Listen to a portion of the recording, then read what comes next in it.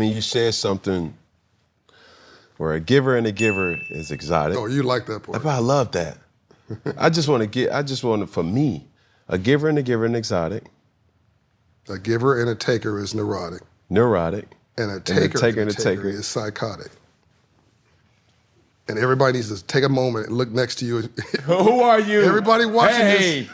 What the fuck are you? You're about to mess up a whole bunch of relationships. It's already messed up. I told your president on the way in here, who's brilliant, by the way, I told her that she's an eagle surrounded by buzzards and turkeys. In her life, not here.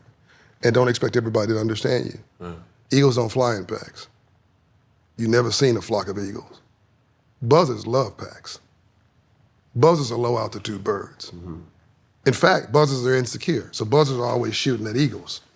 They have high confidence and low self-esteem. But I respect a buzzard because at least a buzzard's legit. The buzzards come at you straight. They just player hating, never player congratulating. Always got something negative to say about somebody. You can identify it as long as you know who you are. You can see a buzzard coming. Yeah. But a turkey is the worst kind of bird because the turkey's got wings and can't fly. Or don't fly. No, they can't fly. They profiling, trying to be something they are not. That's too many people in our neighborhoods and our communities trying to be something you are not. Jive turkey, that hit different now. Yeah. I hadn't thought about jive turkey, but yeah, that was old. That's old school. That's back in the day. Yeah, exactly. So I just try to keep things really simple. Yeah. I think there's a lot of noise out here. You can get all wrapped up in the noise. My world, my inner world is very quiet. Yeah. I walk through life consciously oblivious of most things around me. You said you meditate. Yeah. You got habits. You keep structure in your life. Man, I'm a very private person living a very public life. So I can be the quietest person in a crowded room. I'm just not trying to have a conversation about how's the weather and who did. You know, wealthy people talk about their ideas. Poor people talk about other people. It's the basic stuff, but you can identify it. As soon as I say it. Yeah, you already know. Like people are like, yeah. What the last conversations that you had with the individuals that you were with, and this is like a transition, thing. But when you talk to people around you, what are we really talking about? Right? I'd like to say bullshit on here, but I probably can't. Yeah, you can. Can't. There's a lot of bullshit. With too many of our people, our assets are on our ass. And because we have low self-esteem, so because of slavery, because of Jim Crow, because of our experience in this country, African Americans, right, by no fault of our own, too many of us have low self-esteem. I think that 60-70% of African Americans, not African Caribbeans, not African Africans, African Americans, have undocumented depression. And it's obvious about how we flow. It's obvious about how we act. And if I don't like me, I'm not gonna like you. If I don't feel good about me, I'm not gonna feel good about you. There's somebody player hating you right now, player hating me right now. Oh, look at what he's got on. Look at this, look, what is he saying? Why wouldn't you just be positive? Why, there's nothing negative about anything we're saying. So people need to check themselves. Don't check me. I have a problem. You got the problem. So if I don't like me, I'm not gonna like you. If I don't respect me, I'm not gonna respect you. If I don't feel good about me, I'm not gonna feel good about you. If I don't have a purpose in my life, I'll make your life a living hell. Whatever goes around, comes around. Consider the source always, always. So because of our experience in this country, it was illegal for us to learn. Illegal for us to read a book. They separated us from our families. You're big like you, comes in from Africa.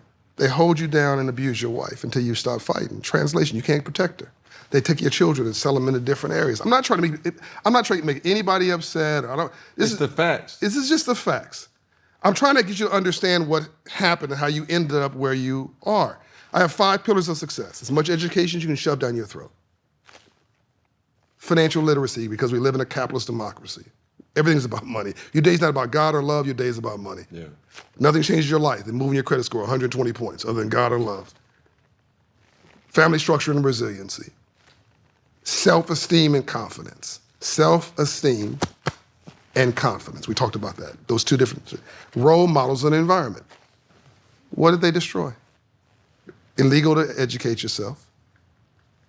The Freedmen's Bank was destroyed in 1865. That was created by Lincoln to teach free slaves about money, run by Frederick Douglass. So no one, that was financial literacy, 1865. So no one ever taught us how capitalism works. I've just told you they took your family and splintered it into a million different directions and gave you nothing to fight for, and you couldn't protect your own wife. So now they just have a robot walking around who's built strong. What do they want? The vibe was, we're all dumb. Oh, really? I'm at number 3, by the way, but I'll come back to number 2. We're all dumb, really? So wait a minute, let me explain this properly. You're living in an agricultural age in the 1600s and the 1500s. Agriculture is gold. Crops are cotton and tobacco, et cetera. You're gonna go halfway around the world to get black Africans, to bring them halfway around the world at great expense to the Caribbean and the southern states, and by the way, to Mexico. Because we're dumb? No, you don't get away with that. You don't get away with that. You brought us because we are geniuses of the land. Because Africa is hot. That soil had to be revitalized on the regular in intense heat. We are geniuses of that. So you brought us here because the southern soil is hot, humidity, impossible conditions. It's dead soil, but that's exactly the soil you need to build these crops. So you had to bring our talents, but not our self-esteem. You had to bring our gifts, but not our gab. You had to bring our geniuses, but you didn't want all that energy. You could not have us have hope. The most dangerous person in the world is a person with no hope. So you succeeded. You brought us here. You ripped out everything we believed in. By the way, black people and white people got along when they first got here because they were England sent, they're ruthless, boy. They sent poor whites here as indentured servants. So you had whites and blacks in Jamestown, Virginia, and they got along. And when they ran away together, Cam, this is a true story now. People invested. They ran away together as friends because they didn't like how they were being treated. The overseer said, boss, we got a problem. They're getting along. We can have a race riot. We cannot have a class riot because we're the class. So they gave the white indentured servant, when they called him, 2 more years of indentured servitude. Okay, the blacks, life. That was the beginning of slavery. And then put the poor whites and put them in charge of the blacks and created friction. These were friends. And said, if you work hard enough, you can own one of them. They were friends. The word white, I've never said this on anybody's show. I'm about to drop a mic. We obsess about white and black and all this racism. The world's 5 billion years old. Organism life, 4 billion years old. Neanderthal life, 200 million years old. Modern life, 150,000 years old. The life of Jesus, we know, 3,000 years, where we're conscious all the time. The word white was created in the 1600s in North America, here. Didn't exist. The racial word white is made up. It's made up. It was made up for the exact reason I just told you. That's what everybody's obsessed with. By the way, black is a collection of all colors, which is a whole nother situation. Where did everybody come from? Africa. Everybody came from Africa. So what did Malcolm X say? We've been bamboozled. We've been tricked. We've been fooled. We've been hoodwinked. What'd you add? Led amok. Led amok. So I'm not hating on anybody. I love everybody. I hate ignorance. I discriminate against stupid and dumb people when I'm working on it. I just think that we got to get out of our own way. So I said, as much education you shove down your throat, you guys thought I lost my way. I said financial literacy. I said role models, family structure and resiliency. I said self-esteem and confidence, 2 different things. So the self-esteem was beaten out of African Americans. Right. We have the confidence, which is why we are competent, which is why we kill it in sports, kill it in entertainment, all that stuff, but we can't work together because we have low self-esteem, crabs in the barrel, all that stuff. And then the last one is role models and environment. So if all you see in your neighborhood as symbols of success are rap stars and athletes and drug dealers, and we can't not get another Cam, we cannot get another Reggie Jackson. I mean, that's why you're so iconic, because we can name you. It's not scalable. And you shouldn't want to be a drug dealer. And you can't be T.I. It's only, I know T.I.'s my boy. I just was Killer Mike. There's only one of them. I was with, so, but the economy is everything else. The economy is healthcare, real estate, finance. That's where all the money and the wealth is. But we're not training ourselves in those areas. We have no role models in those areas. And so that's why I'm so optimistic, because all you gotta do is reverse 3 or 4 of those 5 things. Mm-hmm. And when I look at you, that's what I see. That's why when you did that interview and I did my outtake on that, I wasn't hitting you up. I actually said, I'm proud of you. I'm proud of what you said and how you said it. People didn't understand it. Right. But I got it. It's like the Matrix. Red pill, blue pill. I got it. And I thought you were extraordinarily wise. Maybe we'll get in that in a minute. But I think we've got to reverse engineer what I just said. Right. If you come from the Caribbean, slavery didn't last that long. You saw black doctors, you saw black lawyers, you saw black governors, you saw black criminals.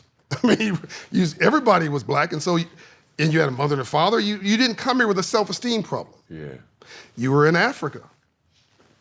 You saw, same thing. You didn't come here with a self-esteem problem.